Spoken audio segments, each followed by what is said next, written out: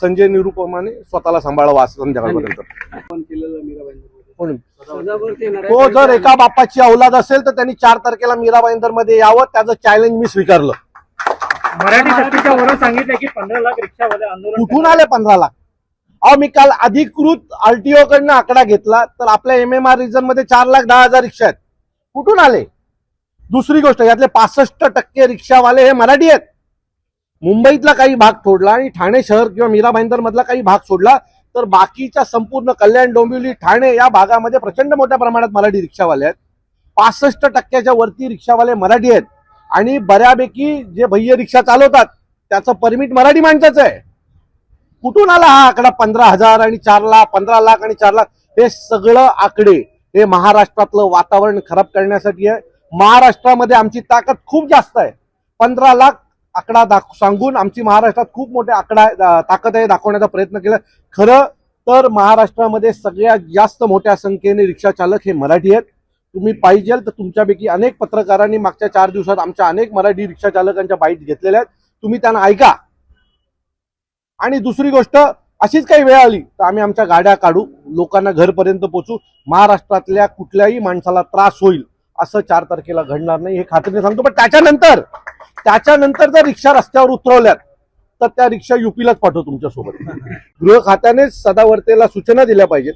ह्या गोष्टी घडतात का? तो कारण नसताना, म्हणजे कुठलाही विषय असो, सदावर्ते आम्हाला मध्ये आणतो, मराठी भाषेला मध्ये आणतो, सतत भाषेच्या विरोधात काम करत असतो आणि तो या सगळ्या गोष्टी, त्याला मिळालेलं संरक्षण याचा गैरफायदा घेऊन खूप जोरजोरात बोलण्याचं काम करतो. आमची गृह खात्याला आणि माननीय गृहमंत्र्यांना विनंती आहे की सदावर्तेला आवर घाला, नाहीतर सदावर्तेला आता आमचा जो काही पेशन्स आहे तो संपायची वेळ आलेली आहे. एक दिवस येईल की सदावर्तेला रस्त्याने कपड्याशिवाय फिरवलं जाईल, एवढं नक्की. काल तो आमची मागणी आहे की काल तो जो काही बडबडत होता, खरं तर तो दारू पिऊन बडबडतो की काय कळत नाही. कारण ज्या पद्धतीने काल तो ओरडत होता, बडबडत होता, वकील होता की कोण होता कळत नाही. मला असं वाटतंय की ज्या प्रकारे त्याचं बिहेवियर आहे आणि जो तिथे तो बडबडत होता त्याच्या विरोधात देखील आम्ही आता तक्रार केलेली आहे आणि त्याच्यावर गुन्हा दाखल झाला पाहिजे अशी मागणी आम्ही आता नवघर पोलीस स्टेशनला केलेली आहे. अपेक्षित आहे की आज संध्याकाळपर्यंत याच्या बाबतीत योग्य ती कारवाई होईल.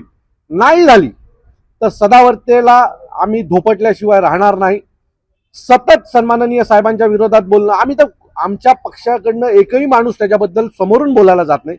तो दरवेळेला काय घडलं की सुरुवात सन्माननीय साहेबांपासून करतो, मराठी भाषेपासून करतो आणि हे जाणून बुजून तो आम्हाला भडकवण्याचा प्रयत्न करतोय.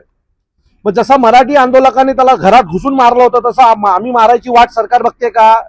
सरकार त्याला समज का नाही देत आहे? का जाणून बुजून आमच्या अंगावर? त्याला अपेक्षित काय आहे की आम्ही भर रस्त्यात त्याला कपडे काढून मारावं, हे त्याला अपेक्षित आहे का? आमचा एकही नेता, एकही कार्यकर्ता सदावर्तेच्या बाबतीत नावही समोर न घेत नाही. पण हा सतत सन्माननीय साहेबांबद्दल, मराठी भाषेबद्दल जे काही बोलायचं काम करतोय हे त्याला आम्ही घरात घुसून मारावं या दृष्टीने त्याचा प्रयत्न आहे. म्हणजे आणखी 4 पोलीसवाले त्याला संरक्षणाला मिळतील असं काही त्याचा प्रयत्न आहे की काय, हा आमच्या मनात आलेला प्रश्न आहे. मी पुन्हा गृह खात्याला विनंती करतो की या सदावर्तेला आवर घाला. हा आम्ही त्याच्या अंगावर न जाता सतत सन्माननीय राजसाहेबांचं नाव घेऊन महाराष्ट्रामध्ये वातावरण खराब करण्याचं काम करतोय. जर गृह खाता याला समज देणार नसेल तर आम्ही कायदा हातात घेऊ आणि आमची लाताबुक्क्याची भाषा जी आहे ती त्याला समजावून सांगू.